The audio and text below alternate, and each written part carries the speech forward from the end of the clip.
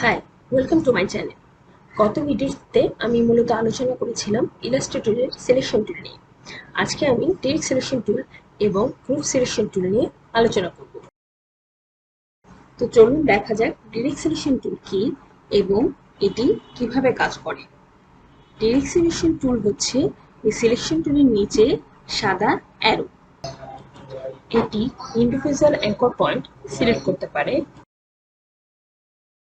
Anchor point কি? Anchor point হচ্ছে এইখানে দেখতে পাচ্ছেন বিন্দু, সার্কেলের চারপাশে চারটি বিন্দু আছে। এই বিন্দুগুলোকে বলে অ্যাঙ্কর বা অ্যাঙ্কর পয়েন্ট। বা আমরা যদি স্কোয়ারে দেখতে চাই, এই যে দেখুন, এই যে এখানে কি লেখা আসছে দেখুন, আপনাকে অ্যাঙ্কর পয়েন্ট, এটা হচ্ছে অ্যাঙ্কর পয়েন্ট। এই যে চারপাশে চারটি অ্যাঙ্কর পয়েন্ট আছে, এটাই হচ্ছে অ্যাঙ্কর পয়েন্ট। আমরা যদি রেক্টেঙ্গেলে দেখতে চাই অ্যাঙ্কর পয়েন্ট গুলো, এই যে দেখুন, এই যে একটা অ্যাঙ্কর পয়েন্ট, এই যে একটা anchor point, anchor point, anchor point, এইগুলোকে বলে anchor point. Direct selection tool select করা আছে এবং আমি এখানে অ্যাঙ্কর পয়েন্টকে ধরছি এবং দেখুন এই যে এখানে উপরে অপশন বারে এখানে যে কনভার্ট, এই যে এই চিহ্নটা আসছে, মানে এটাকে আমি কোনো ভাবেও মুভ করতে পারবো বা এরকম রাউন্ড করেও আমরা কি করতে পারবো, মুভ করতে পারবো। এই যে দেখুন, আমি যদি স্কোয়ারটা অ্যাঙ্কর পয়েন্টকে চেপে ধরি, এই যে দেখুন, এটাকে আমি মুভ করতে পারছি। আমি যে কোনো দিকে যে কোনো শেপেই এটাকে মুভ করতে পারবো।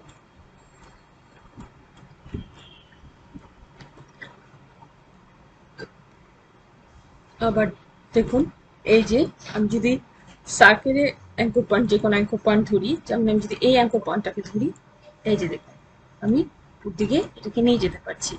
বা যে কোনো রিসাইজ, যে কোনো রিশেপ আমরা এই অ্যাঙ্কর পয়েন্টটাকে ধরে ডিরেকশন টুলের সাহায্যে আমরা সেটাকে যে কোনোভাবে রিসাইজ করতে পারছি। অ্যাঙ্কর পয়েন্টে এই যে দেখুন, স্কোয়ারে যে অ্যাঙ্কর পয়েন্ট আছে এখানে কিন্তু কোনো হ্যান্ডেল নেই, কিন্তু এই যে কিন্তু আমি যদি সার্কেলে আসি, এই যে দেখেন, এই সার্কেলের যে কোনো অ্যাঙ্কর পয়েন্ট আমি ধরলে এই যে এখানে একটা হ্যান্ডেল আছে, বাম পাশে আবার ডান পাশে একটি হ্যান্ডেল আছে। এই হ্যান্ডেলটি আমরা শুধু সার্কেলের ক্ষেত্রেই পাবো, অন্য কোনো জায়গায় পাবো না। কিন্তু এই হ্যান্ডেলটা কিন্তু আমরা স্কোয়ারের ক্ষেত্রে পাবো না, বা রেক্ট্যাঙ্গেল এই জায়গাতেও আমরা হ্যান্ডেল পাবো না।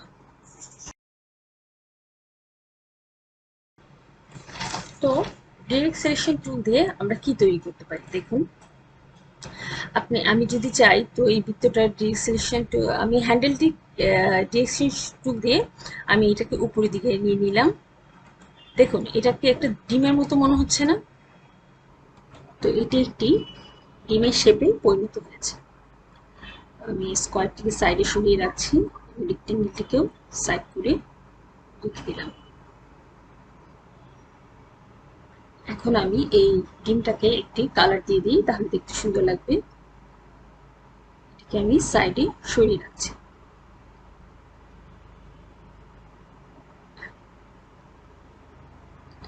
এখন আমি একটি ইলিপস টুল নিব, একটি সার্কেল আঁকলাম, এটাকে আমি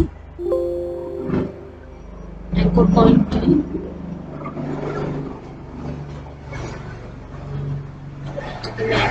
ধরে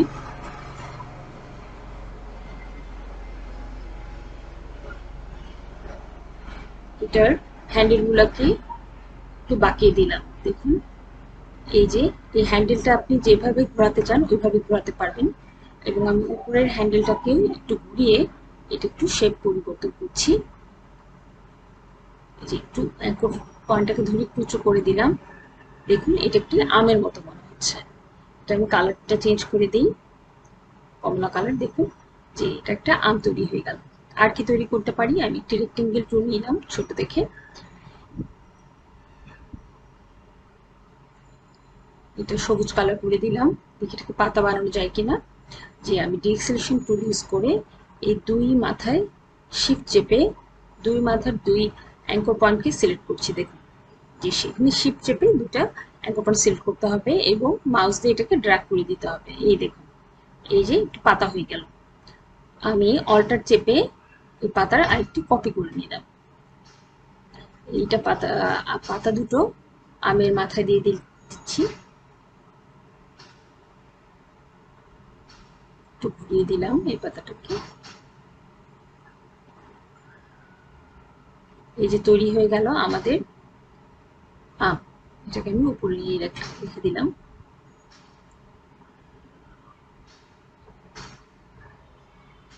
তো দেখুন ডিরেক্ট সিলেকশন টুল দিয়ে আমি কত সুন্দর একটি আম তৈরি করলাম। এরপর আমি যদি আমার একটি স্কয়ার নিই, এটাকে অল্টার চেপে কপি করলাম। অল্টার চেপে আপনি বক্সটাকে ধরে যেই পাশে কপি করতে চান ওই পাশে কপি করতে পারবেন। এই যে আমি কপি করলাম। তো আমি বক্সগুলোকে কালার দিয়ে দিচ্ছি। যদি 3 কালার দিই তাহলে দেখতে সুন্দর হবে এবং কাজটা বুঝতেও সুবিধা হবে।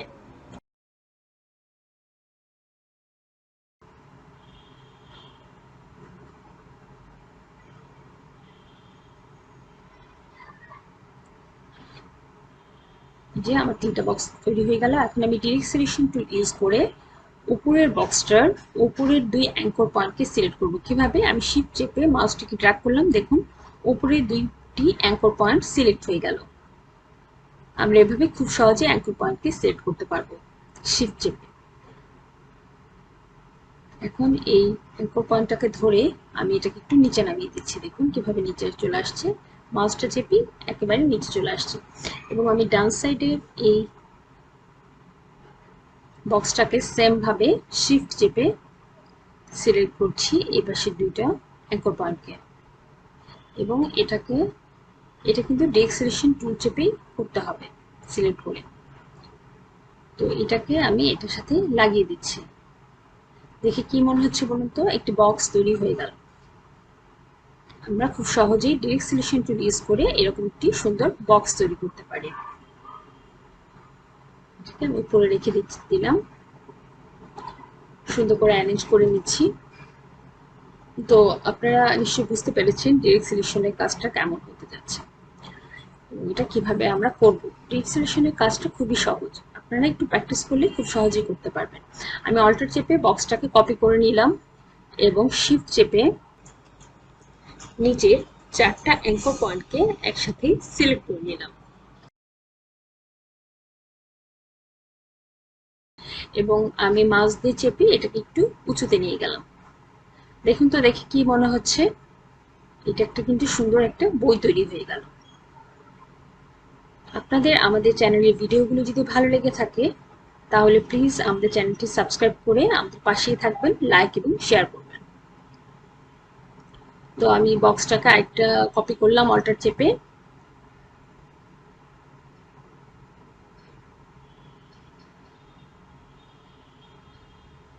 সামান্য একটু বড় করে নিলাম।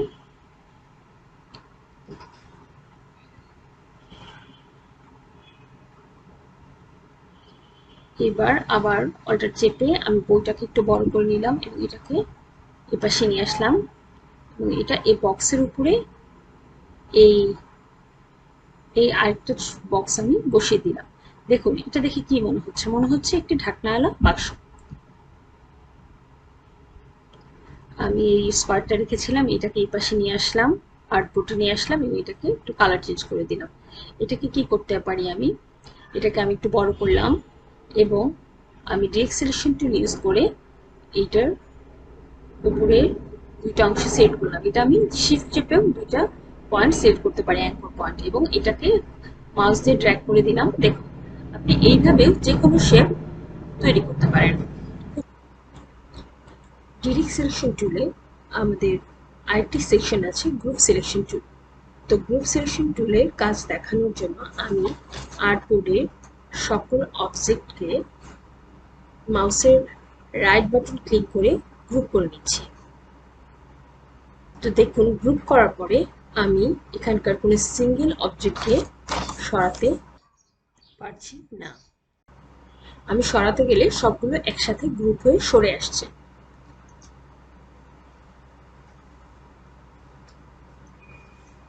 তো এখন আমরা দেখব গ্রুপ সিলেকশন টুলের কাজ কি। আমি যদি ডিরেক্ট সিলেকশন টুলে যাই এবং ওইখান থেকে গ্রুপ সিলেকশন টুল সিলেক্ট করি, দেন আমি যে কোনো সিঙ্গেল একটি অবজেক্ট সরাতে পারব। তো দেখুন এটা সরে আসছে। যে কোনো সিঙ্গেল অবজেক্ট সরে আসবে। এই লাল অবজেক্টটাও সরে আসলো। আমি যে কোনো সিঙ্গেল অবজেক্ট সরাতে পারবো। এই অংশটুকু সরে আসলো।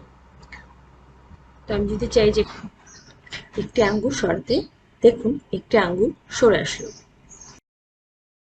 তো গ্রুপ সিলেকশন টুলের কাজই হচ্ছে যে গ্রুপ থাকা অবস্থায় অবজেক্ট থেকে যে কোনো সিঙ্গেল অবজেক্টকে সরিয়ে নেওয়া।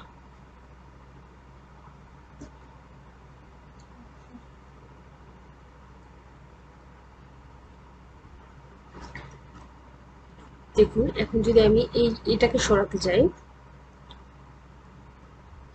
এই সিঙ্গেল একটি পাতা সরে আসছে। বা যদি আমি আমটাকে সরাতে চাই, দেখুন পাতাগুলো রয়ে আছে, আমটা চলে আসলো।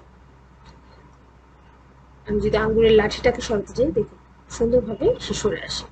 যে কোনো ছোট ছোট অংশই আমি গ্রুপ সিলেকশন টুল সিলেক্ট করার মাধ্যমে সরিয়ে ফেলতে পারবো। তো আজকে আমরা ডিরেক্ট সিলেকশন টুল থেকে দুইটা অপশন বা দুইটা টুল শিখলাম। একটা হচ্ছে ডিরেক্ট সিলেকশন টুল আর একটা হচ্ছে গ্রুপ সিলেকশন টুল। তো আশা করি আপনারা সবাই খুব সুন্দরভাবে বুঝতে পেরেছেন। দেখা হবে পরের ভিডিওতে। সবাই ভালো থাকবেন। ধন্যবাদ।